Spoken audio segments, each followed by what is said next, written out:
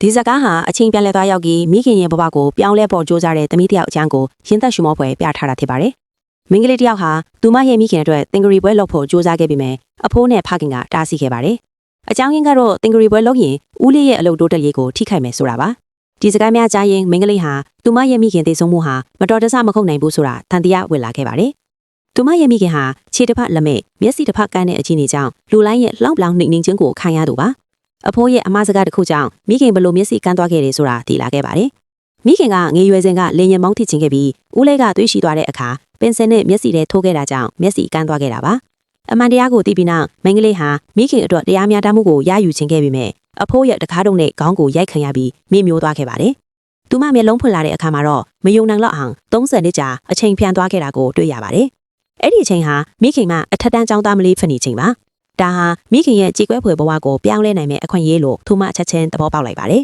။သူမဟာအသိပညာများကိုအသုံးချပြီးမိခင်ရဲ့အတန်းကိုသင်ကြားမဲ့ဆရာမအထိဝင်ရောက်နိုင်ခဲ့ပါတယ်။ပြီးတော့မိခင်ကိုတွေ့ဖို့ကျောင်းသားကိုသွားခဲ့ပါတယ်။မိခင်နာမည်ခေါ်လိုက်တဲ့အချိန်မိခင်ကတုံ့ပြန်မဲ့အချိန်မှာပဲညီလေးကဆွဲထုတ်ပြီးစာအုပ်ကိုလူယူလိုက်ပါတယ်။လှူရှားမှုအတွေ့စာအုပ်ထဲကလေရင်မောင်းလျှောက်လာအတွက်ကိုကန်အားစစ်ဆေးချက်ဖောင်လေးပေါ်လာခဲ့ပါတယ်။ကံကောင်းစွာနဲ့မိန်းကလေးကအမြန်ရောက်လာပြီးစာအုပ်ကိုပြန်ယူနိုင်ခဲ့သလိုညီလေးကိုလည်းနှင်ထုတ်နိုင်ခဲ့ပါတယ်။သူမဟာငယ်ရွယ်နေသေးတဲ့မိခင်ကိုဖတ်ထားပြီးဒီဘဝမှာတော့မိခင်ကိုကာကွယ်မယ်လို့တစ္ဆာဆိုခဲ့ပါတယ်။ဒါပေမဲ့တစ်ချိန်မှာတော့ညီလေးကဖောင်ကိုခိုးယူပြီးဖခင်ကိုပြောမယ်လို့လုပ်ပါတယ်။မိန်းကလေးကအချိန်မီတားဆီးနိုင်ခဲ့ပေမဲ့ကိုကျိုးသာကြီးတဲ့ညီလေးကဖောင်ကိုပြန်မပေးချင်ပါဘူး။သူ့အမလေရင်ပေါင်းမဖြစ်စေချင်လို့ပါ။၃ယောက်ကြားအပြင်းထန်လှုပ်ရှားမှုအတွင်းမိန်းကလေးကိုမြေပြင်ပေါ်တွန်းလှည့်လိုက်ပါတယ်။အဲ့ဒီအချိန်မှာပဲမိခင်ဟာပထမဦးဆုံးအချိန်ပြန်လည်တိုက်ခိုက်ပြီးညီလေးရဲ့လက်ကိုကိုက်လိုက်ပါတယ်။နာကျင်သွားတဲ့ညီလေးကစာအိတ်ထဲကပင်စီကိုထောက်ပြီးအမကိုထိုးရန်လှမ်းလိုက်ပါတယ်။ဒီမြင်းကွင်းကိုမြင်လိုက်တဲ့အခါမိန်းကလေးဟာအဖိုးပြောခဲ့တဲ့မိခင်ရဲ့မျက်စိကန်းသွားတဲ့အမှန်တရားကို